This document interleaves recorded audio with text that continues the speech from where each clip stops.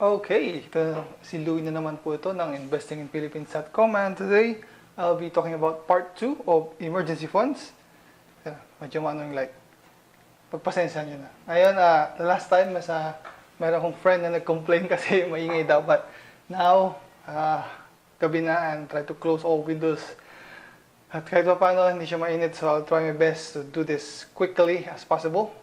Again, back to my story doon sa emergency fund. Our IT guy, again, one review is he has savings. He has been eyeing an insurance with investment-backed insurance, which is the BUL, which is good for him. And the thing is, he's at a young age. So maganda siyang example for you guys na nasa bata pa, ka-graduate lang, or maybe still in college but starting to save up for investment. But again, the very first thing you do is not investment. The priority is emergency fund. And that's what I told him.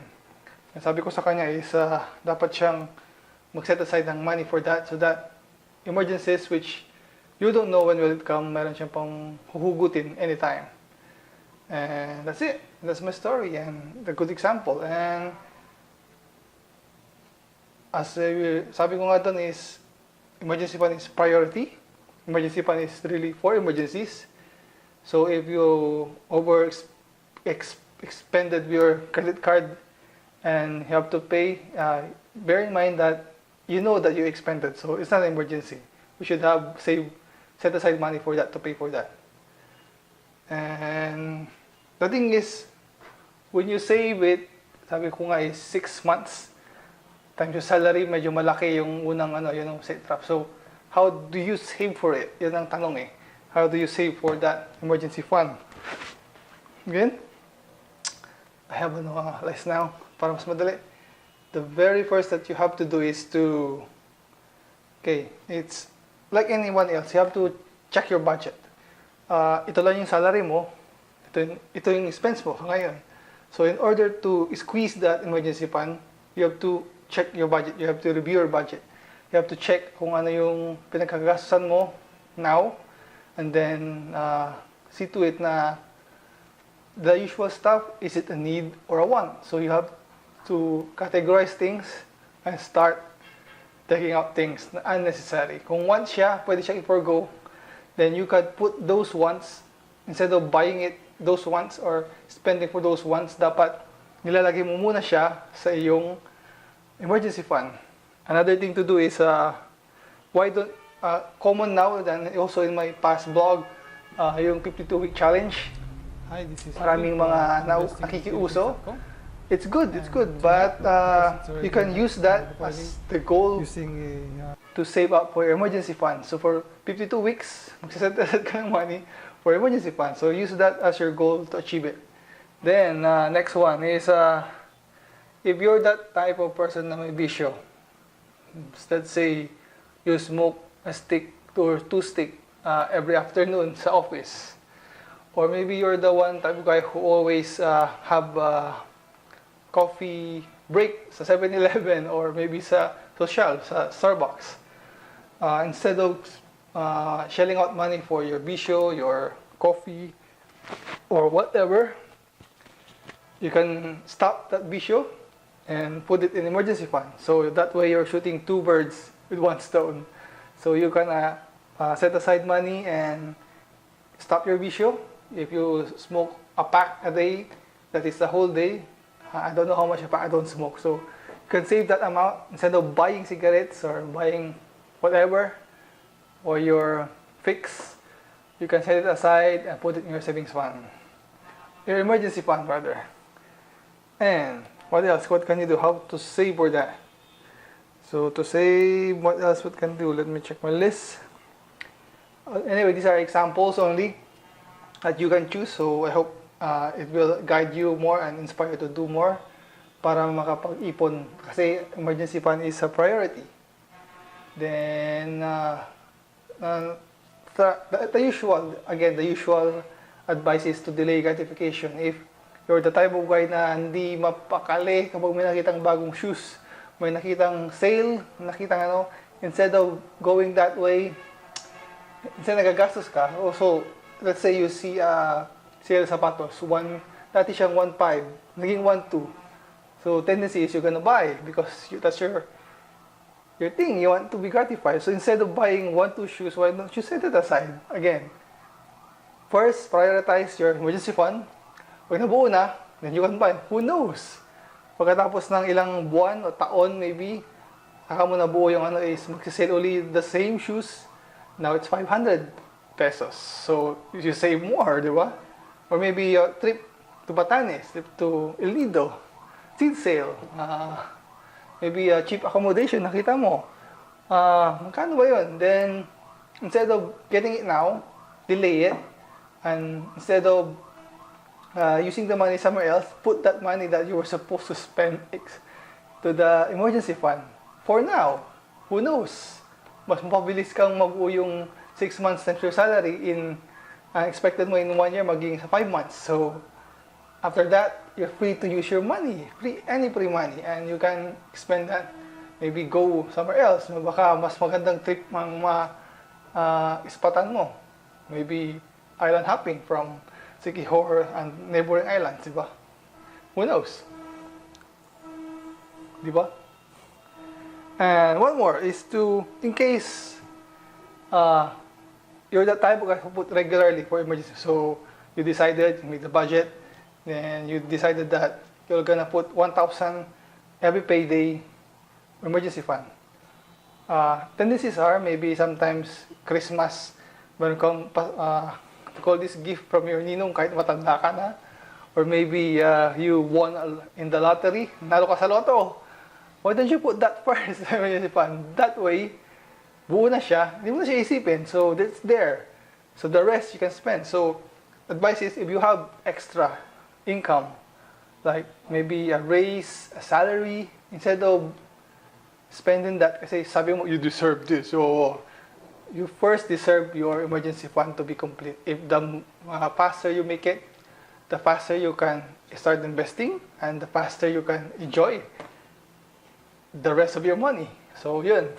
So again, as a recap, these are just advices that you may use. One is to check your budget, rebudget, and squeeze in that emergency fund. And another one is to make it the goal of your 52-week challenge. Again, another is to, instead of buying your bisyo, put it in emergency fund. Don't lose money, keep money. Then, delay gratification. If you see sale, you see new stuff that you really wanted, instead of getting it, put it first. Then maybe, just maybe, baka maghimala, biglang mas sale pa yung next pag libre ka na sa pera mo. And then, kung may extra na put it first in your emergency fund.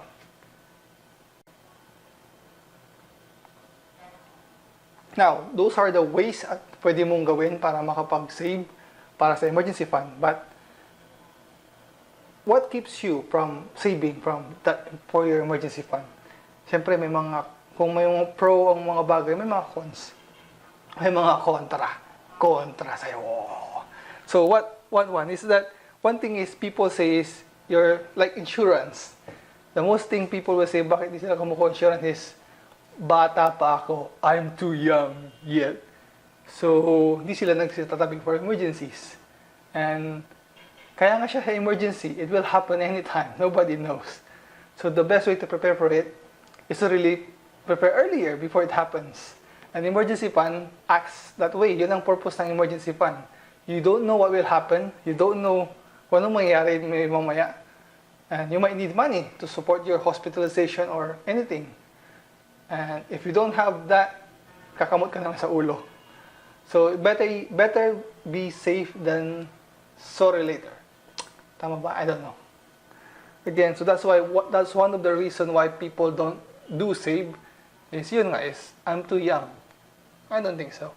Nobody's too young for emergencies. It will happen. Then, another is people, guys, girls, don't set aside emergency fund for themselves because parang silang mama at papa. Nandiyan si ma and pa.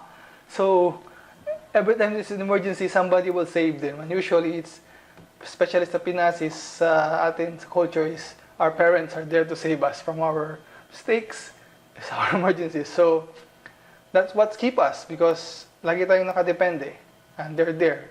And the problem is, sa mga parents din natin ay overprotective, lagi nilang sinasagot. So, that's what happens. So, again,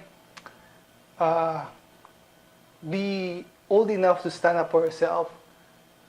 Putting emergency fund is actually an adult thing, a wise thing to do, and very responsible. So, do that while you can, save for it, and maybe at the end of the day, ikaw pa yung magiging takbuhan, but not to the point of becoming a superhero ng family. Okay, another thing what don't stop people from setting aside emergency fund is, yan nga, the next thing is somebody is there to save you. So besides parents, usually may matatakbuhan kang kaibigan, may matatakbuhan kang ate to save you when you have it. That's why you yourselves don't put it up a savings for emergency fund. Kaya, ayun. Kasi merong magsasalba sa'yo. So, para silang nandyan. And actually, that's not their purpose. So, don't abuse it. Don't over-rely on other people to save you because who knows? Sila yung maubusan ng emergency fund. Then you're both gonna sink. Walang magsisave sa'yo. And again, the last one, is, I know you always hear, the YOLO generation is here, and you only live once. Yeah, you only live once, so you enjoy to the max, but who knows, you will live longer, or who knows, hindi ka namatay, edi, ang sakit nun, may sakit ka pa nga, sakit pa sa bulsa, kasi maraming bayarin pag nadisgrasya ka, and you don't have emergency to answer for it. And what if, nasiraan ka, nasunugan, you don't know what will happen. And you don't have emergency fund because you think, ganyan lang yan, tapos na. You have to save. It's not bad to enjoy life. I even encourage it. And my friends will say, hello, nagsabi nun talaga. Saving is a must. And saving for emergency fund is a must. And you can, again, delay gratification. It doesn't mean that lumipas na yung isa, kaya dapat mong, hindi na mangyayari, kaya dapat mong i-grab yung opportunity to do it, but that's the YOLO generation thing, na hindi na ito maulit, ngayon ko na gagawin. So, but who knows, really? Kaya nga, you have to be sure that you have to have enough for emergencies. Who knows, after nangyari nga yung gusto mong mangyari, and there's better after it. So, may mas maganda pa palang susunod. And that's the one for you. What if nagkasakit ka, you miss it again. So, better to have something now than look forward for the next. That's supposed to happen. So again, a recap. Why you are not saving for emergency fund. One is, you think you're too young to save up, too young, and no emergency will come. Again, emergencies will happen anytime. Again, you have your parents there, your mama and papa, to save your butt, so to speak. And again, you have your superhero friends, superhero ate relatives who will be there where you can run into and ask for help. And next is our very own YOLO generation.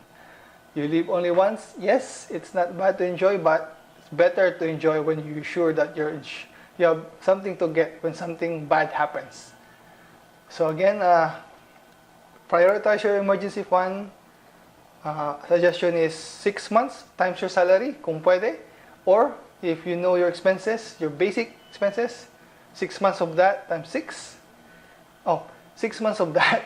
And also, try to give, when you are able to do that, that's the time you can either invest, reward yourself, any extra money you can spend it, and maybe live life to the fullest.